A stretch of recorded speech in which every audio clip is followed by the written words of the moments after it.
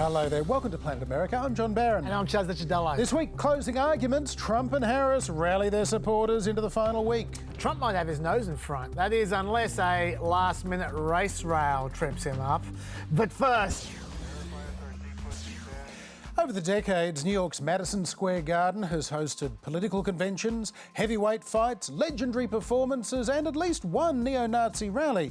So where better for Donald Trump to stage one of his final campaign events, which seemed to contain elements of all of the above. Proceedings began with a prayer and the national anthem, all very dignified. But then enter comedian Tony Hinchcliffe. It's wild. And these Latinos, they love making babies too. Just know that. They do. They do. There's no pulling out. They don't do that. They come inside, just like they did to our country. And it only got worse from there. There's a lot going on. Like, I don't know if you guys know this, but there's literally a floating island of garbage in the middle of the ocean right now. Yeah. I think it's called Puerto Rico. Okay, all right, okay, we're getting there. Where he was getting was right in the middle of a political storm. Florida Republican Maria Elvira Salazar saying that she was disgusted by Hinchcliffe's racist comment, which she says does not reflect GOP values. Senator Rick Scott, another Florida Republican, saying this joke bombed for a reason. It's not funny and it's not true.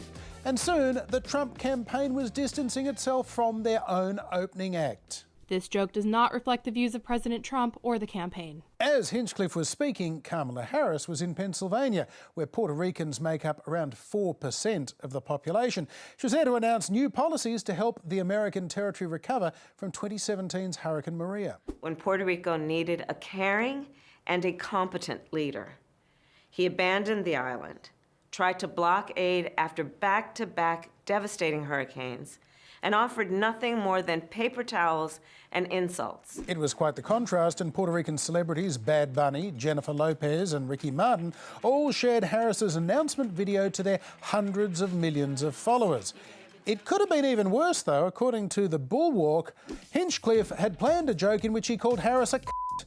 A Trump campaign insider said that was a red flag. So we know the Trump campaign did vet the material and they cleared the Puerto Rico and Latino slurs. Look, it's probably not the greatest idea to insult the exact people that this election may hinge upon.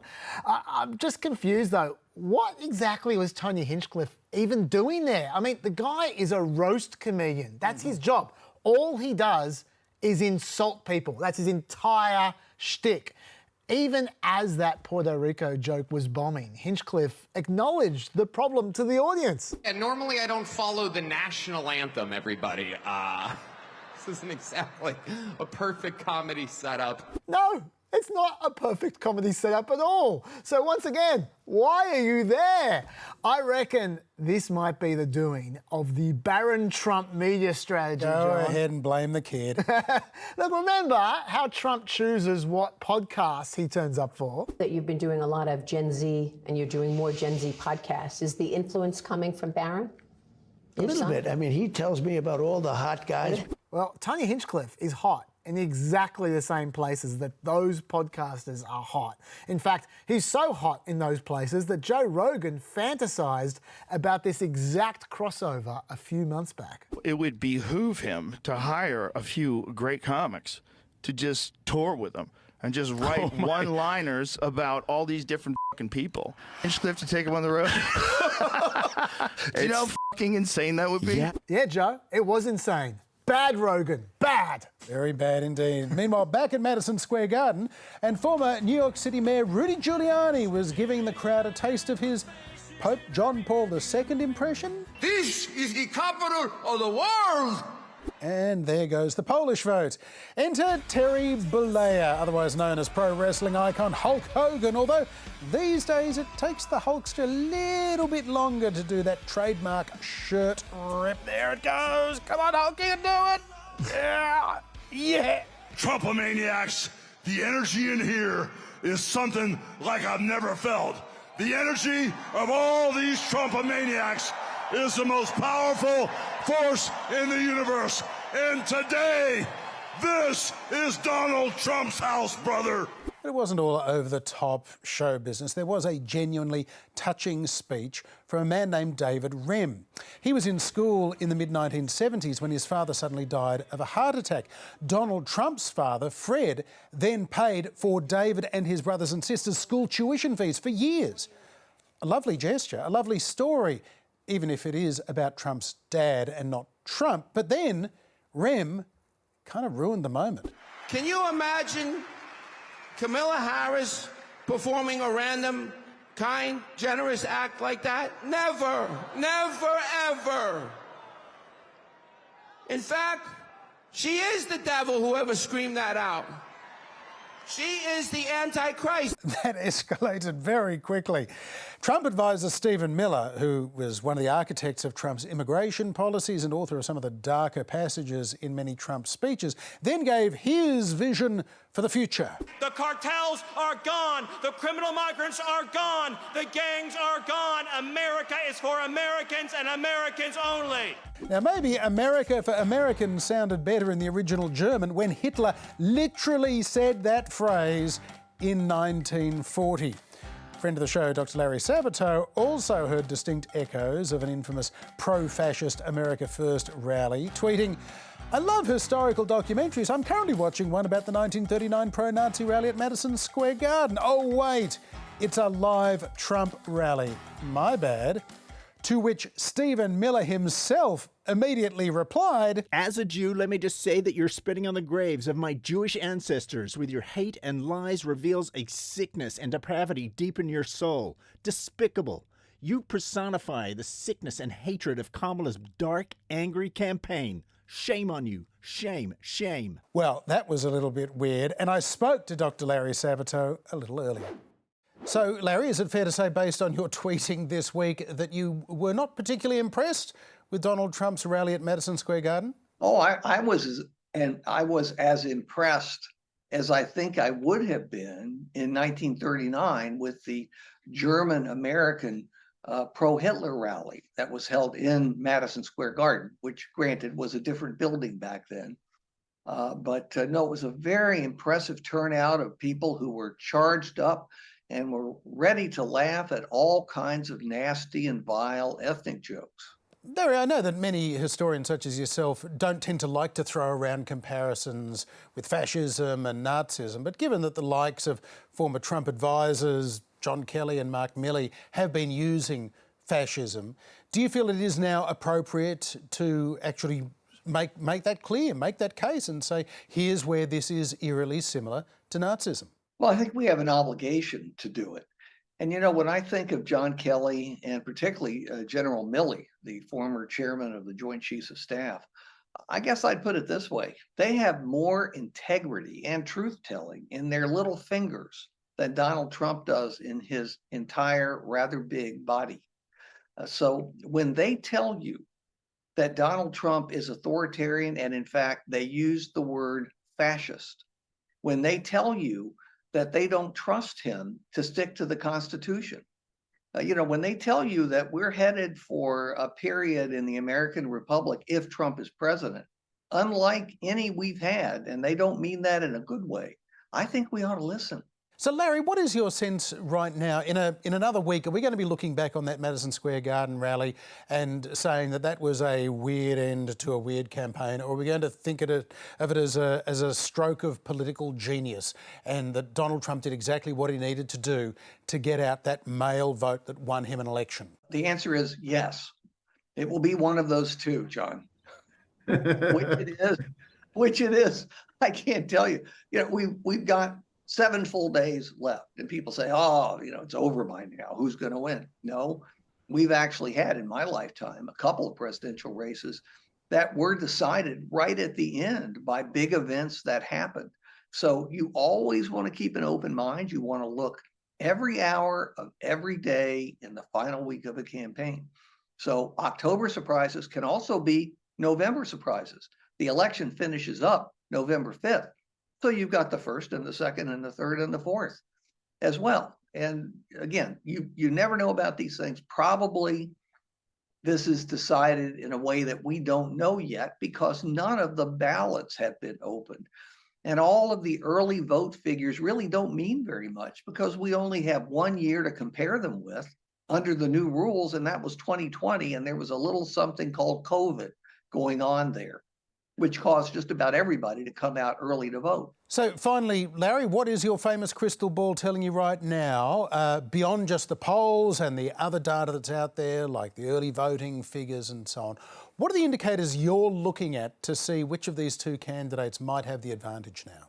Well, I don't like the polls anymore. I've been very, very critical of them. I still think they're wrong, though they probably aren't as wrong as they were in 2016 and 2020 when they were very wrong. They were really wrong in both of those years. People say, well, they predicted Biden. Yeah, they predicted Biden to win in a landslide. And Biden squeaked into office because of our electoral college more than anything else. I'm hoping that they have made further improvements. They tell me they've made further improvements. They're waiting for new things like rural, urban, suburban, which they hadn't done before. And maybe that brings some of the hidden Trump vote into the sample. But I wouldn't be surprised if there's still a point or maybe more of hidden Trump vote. And that's going to matter anytime a state has a large rural area or a suburban area that primarily is exurban. You know, John, Larry wasn't the only person drawing comparisons between Trump's rally and the Nazis. Even 2 days before the rally, Hillary Clinton was running with that comparison. You know, one other thing that you'll see next week, Caitlin, is Trump actually reenacting the Madison Square Garden rally in 1939. And that seemed a bit much to me, given that her own husband, Bill Clinton, held his convention at Madison Square Garden. So potentially a little unfair, that critique. But why don't we see what Philip Bump had to say about this all? He's a guy who wrote an entire piece in the Washington Post about how Trump's rally echoed the Nazi rally. So why don't we explore his entire list of parallels? The rally began with the national anthem, John, just like the Nazi rally. The arena was bedecked in red, white and blue, just like the Nazis, apparently. The speakers lamented government spending, they railed against Marxism, and people complained about how they were the subject of many negative attacks from the news media.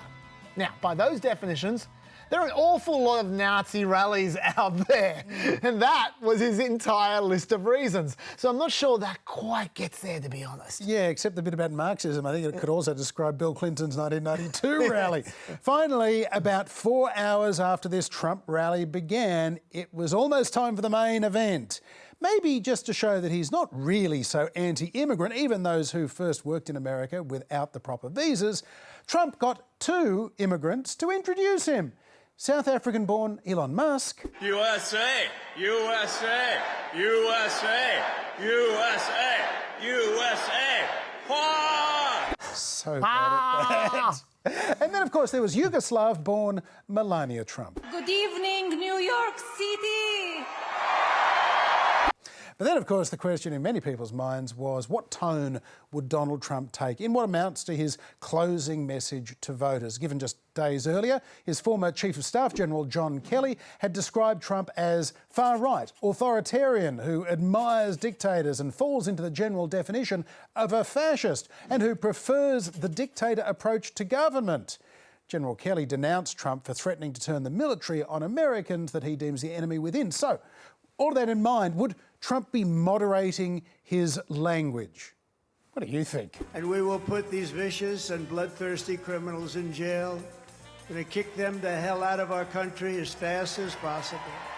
And I'm hereby calling for the death penalty for any migrant that kills an American citizen or a law enforcement officer. And when I say the enemy from within, the other side goes crazy. Becomes a sound, oh, how can he say? No, they've done very bad things to this country. They are indeed the enemy from within. But this is who we're fighting. That's our Trump. Interestingly, on the airwaves, though, Trump supporters are pushing an extremely different message from all of that. A new dark money SuperPAC has been established trying to whitewash Trump's record on abortion. I've never voted for Trump, but when he was president, life was a lot better. I trust him on the economy and on keeping us safe. Freedom to choose is also important to me, and there's been a lot of talk on where he stands. But he's been clear. He does not support a federal abortion ban. I'm not signing a ban, and there's no reason to sign a ban. Trump does support reasonable exceptions for rape, incest, and the life of the mother. His position is my position, and that's why I'm with Trump. It seems that Trump supporters are still fearing the abortion vote, apparently, from that ad. But abortion isn't what Harris is running ads about. Her SuperPAC is responsible for the number 1, 2, and 5 most frequently played ads in the last 3 weeks. And they're all basically the same ads about the same topic, this topic. Not of money, I know. 20 of you and you're rich as hell. We're going to give you tax cuts. We're going to pay you. I am not rich as hell. I work hard. I scrape to get by. Donald Trump wants to give tax breaks to billionaires, but Kamala Harris has plans to help us. She's going to crack down on price gouging and cut taxes for working people like me. I voted for Donald Trump before, but this time I'm voting for Kamala. So the main media narratives of this campaign are not about tax cuts for billionaires at all, but that is what the groups are spending their money on. So we'll see if it works. Yeah, we certainly will. It suggests that they are identified as still persuadable, winnable voters in this final stretch. Vice President Harris, meanwhile, chose a very interesting venue for a major speech billed as her closing message earlier today, the Ellipse area of Washington, D.C., right in front of the White House. And it was there, you'll recall, back on January the 6th, 2021, that Trump rallied his supporters, who then went up to the Capitol building and staged a deadly insurrection. Something that Vice President Harris was very keen to remind voters of as they head to the ballot box. We know who Donald Trump is. He is the person who stood at this very spot nearly 4 years ago and sent an armed mob to the United States Capitol to overturn the will of the people in a free and fair election. Harris certainly set out to contrast herself with Trump as a uniter. On day one, if elected, Donald Trump would walk into that office with an enemies list. When elected, I will walk in with a to-do list. The Harris campaign claimed over 75,000 supporters turned out at the Ellipse to see her. That is compared to the 55,000 who rallied for Trump in 2021, worth noting as well that none of Harris's supporters tried to overthrow democracy while they were there either. OK. There have been some very impressive displays, I've got to say, in the last few weeks in some of these rallies. But I reckon Harris might be in a position to claim the most impressive display, because this is what happens when you have over $1 billion. You can book the Vegas Dome for the next week. This would be hideously expensive, but my God, that is impressive. And Harris has raised literally 3 times as much as Trump has, so she can afford to do this kind of thing. In a super tight swing state like Nevada, could it actually make a difference? You know, I wouldn't rule it out, John. Either way, that is seriously cool. Now, I've talked a lot about the candidates and the rallies and the polls this election, but our focus is all about the change to the election workers, whose jobs have become increasingly dangerous since that 2020 election, as nutters are searching for evidence of voter fraud. Here's Melina Wicks with the briefing room. The election is next week, and tensions are high, especially for poll workers, who are not just worried about election security, but also their own. This year, across the U.S., more than 1 in 3 election officials say they have been threatened, harassed, or experienced abuse simply for doing their job. I could not quantify the number of death threats that we have received. You know there's a problem when the people who count elections can't even count all their death threats. So what kind of precautions are they taking? This is a panic button. County officials ordering these in 2020 and have increased training for their potential use this year. Panic buttons? The only time we're hitting panic buttons in Australian elections is when they run out of sausages. But the security upgrades don't stop there. In Arizona's Maricopa County, election workers will be protected by bulletproof glass, 2 layers of fencing, security cameras, a fleet of police drones, and rooftop snipers. And election workers across the country who handle mail votes are getting kits of Narcan, the nasal spray used for accidental overdoses. Why would they need that? Because election workers being sent letters laced with fentanyl is a thing that's already happened. Or as the New York Times euphemistically put it, for election workers, fentanyl-laced letters signal a challenging year. That sounds more like a message you'd get in a fortune cookie than a warning of dire threats to democracy. Of course, it's no surprise people are having some bad feelings about election workers after years of being told elections are being stolen. We got to watch those votes when they come in, when they're being, shoved around in wheelbarrows and dumped on the floor. Wheelbarrows full of votes. That's how I'd imagine it happened too, if I was a 5-year-old. But threats against poll workers aren't just a terrible thing for those workers. It's also making it really hard to find people to be those workers. In many places, there are shortages of poll workers now because people don't want to get involved. These people, most of them are volunteers, retirees, and that will mean longer lines in some places. And so communities are looking to do things like recruit high school students. If America is losing poll workers because they're worried about their physical safety, maybe get the kids to do it is not the answer. At the end of the day, people voting for Trump need someone to count their vote just as much as Harris voters do. So here's hoping that the election goes smoothly. Americans get to vote without feeling like they're in a war zone, and poll workers are allowed to get on with their jobs without fearing for their lives. Because if America can't run peaceful elections anymore, it's not just poll workers who'll be needing these. This is a panic button. Now to a quick check of the polls. With less than a week to go until Election Day, it is still basically a coin flip. But Trump has his nose in front. Harris leads nationally by just over 1 percentage point, according to the average of polls from the Cook Political Report. But it is in the battleground states that Trump now has the upper hand, it seems, in the poll averages. Harris has tiny leads in Wisconsin and Michigan. Trump, though, has moved just ahead in Pennsylvania. He has built on his lead in North Carolina and Georgia. He has a minute lead in Nevada and is almost 2 points up in Arizona. So that is all within the margin of error still. But if those poll averages are directly replicated in actual votes tallied next week, Donald Trump wins with 287 Electoral College votes to 251 for Kamala Harris. So, really, Chaz, it is all about Pennsylvania's 19 Electoral College votes.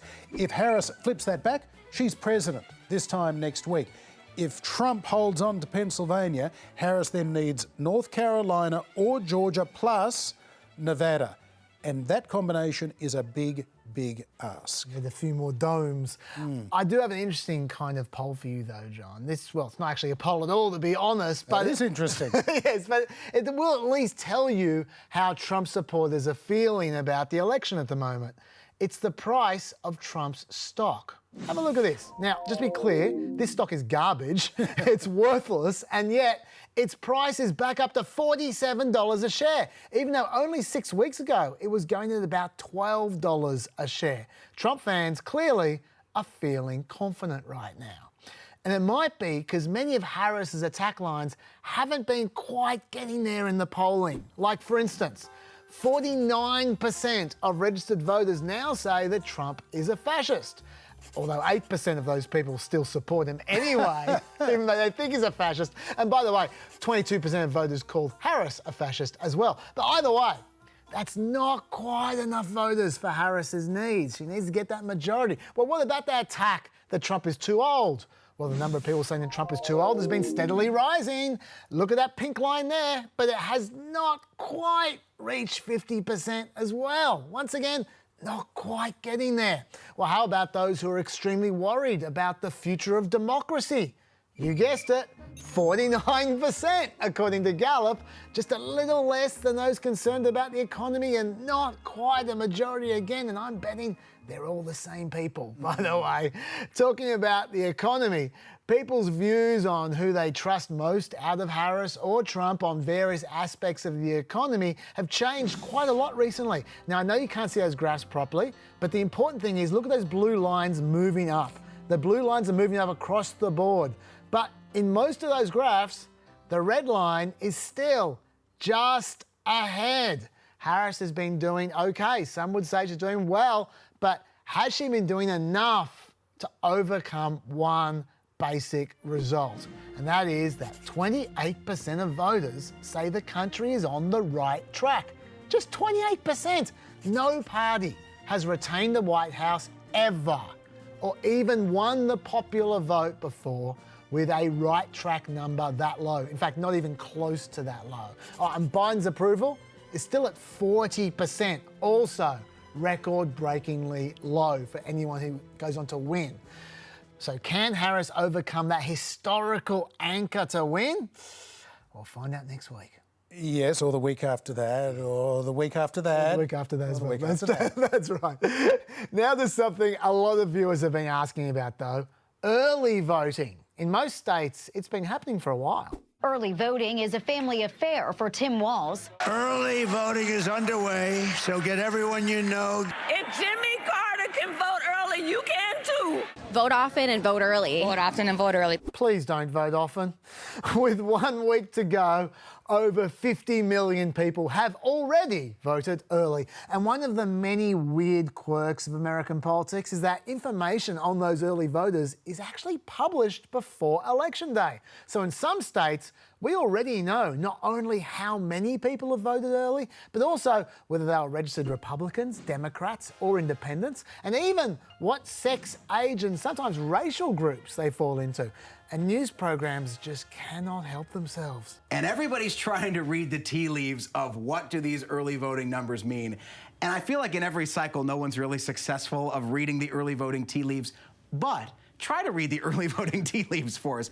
The problem is that everyone tends to focus on the tea leaves that suit them. So for instance, over on Fox, swing state early voting looks really good for Republicans. Great for Republicans. They were enthusing over a set of numbers where, well, the Democrats had more votes. Yeah. Look at that graphic right there. Right, That's exactly. unbelievable. We're not surprised by the Democrats because they normally vote early. Right. But look at the Republican number. It's almost up there with the Democrat. And look, to be fair, Republicans are doing better than they were in 2020. I guess it depends what stat you're focusing on. Whereas on CBS, most early voters so far are female. And we also know these days that women tend to lean Democratic. Okay, great for Democrats. But at least on CBS, they did point out, If you compare the percentage that are female this year to early voters in 2020, it's quite close. It's actually running maybe a notch below. yeah, a little worse for the Democrats. And while early voting is really not looking good at all for Democrats in Nevada, The Democrats have basically no advantage right now. In 2020, Republicans were only 33% of early voters. Now it is up to 40%. Democrats are behind. But over on MSNBC, they've got the magnifying glasses out. Just in the last 2 days in Clark County in Nevada, for instance, where Las Vegas is, we have seen higher youth turnout in the last 2 days than we've seen at any other point this cycle. Yeah, if you look at the youth turnout in one specific county in Nevada over the last 2 days, well, you could do this forever. So what's actually going on? Democrats historically have led in early voting, so we can't just look at who's ahead. We need to see if the Democrats are ahead by more than what they were at the same time in previous elections to see how they're really going. And in the swing states for which we've got data at the moment, you can see that Republicans this year have a greater proportion of the early votes in Arizona, in North Carolina, in Nevada, and in Pennsylvania than the Republicans did back in 2020. Now, that doesn't mean the Republicans are winning, because at least some of those registered Republicans might not have voted for Trump. Also, the RNC has spent millions of dollars encouraging Republicans to vote early this year, which they need to do, because Trump hasn't exactly been consistent on early voting. Mail-in voting is totally corrupt. Get that through your head. Early mail-in voting is underway in Nevada right now, so return your ballot today. Everyone you know to vote early, vote absentee, vote on election day. I don't care when you vote. Okay. Also, it's not really comparing apples with apples looking at 2020 figures, because that was the COVID year when early voting was way more popular. This graph from a few days ago shows the total early votes for 2024, that's the green line, trails significantly on the total early votes for 2020, the pink line, at the same point in time. It's about 40% down. Also, do these early voters actually represent new voters for Republicans or Democrats, or are they just people who would have voted on election day anyway? We can't really know. And even if we did know all of that, we still have to remember that nationally, 25% of early ballots are not registered to either party. The green column there are the independent votes, and they are way more likely to swing this election. So, John, while Republicans are indeed ahead of where they used to be, right now, I'd be doing less reading of your tea and more drinking it. It's going to be a long few weeks. An extremely non-creepy message from Tucker Carlson. Hey, America, we know you're making a tough decision, but think of it this way. I think Donald Trump's going to win. There has to be a point at which Dad comes home. That's right. If Trump wins, Daddy's coming home. And better yet... And he's pissed! Daddy's coming home pissed. And when Dad gets home, you know what he says? You've been a bad girl. You've been a bad girl, America. You've been a bad little girl and you're getting a vigorous spanking right now. And Donald Trump is the only candidate who will vigorously spank you. Kamala Harris would never spank you and call you a bad girl. Yeah, boo! But it's worse than boo. This message is approved by Tucker Carlson. Maybe I'm not alone. Maybe I'm not the freak. No, you're definitely the freak. What a Tucker. That's it for another trip to Planet America. We will be back for our special live coverage of election 2024 at 8 p.m. Eastern on ABC News next Wednesday. And then you can catch it again at 9:30 p.m. on ABC TV. And we're going to have a Fireside chat on ABC News on Friday night at 8 p.m. And both shows are on ABC, iView, YouTube and Facebook. Bye-bye.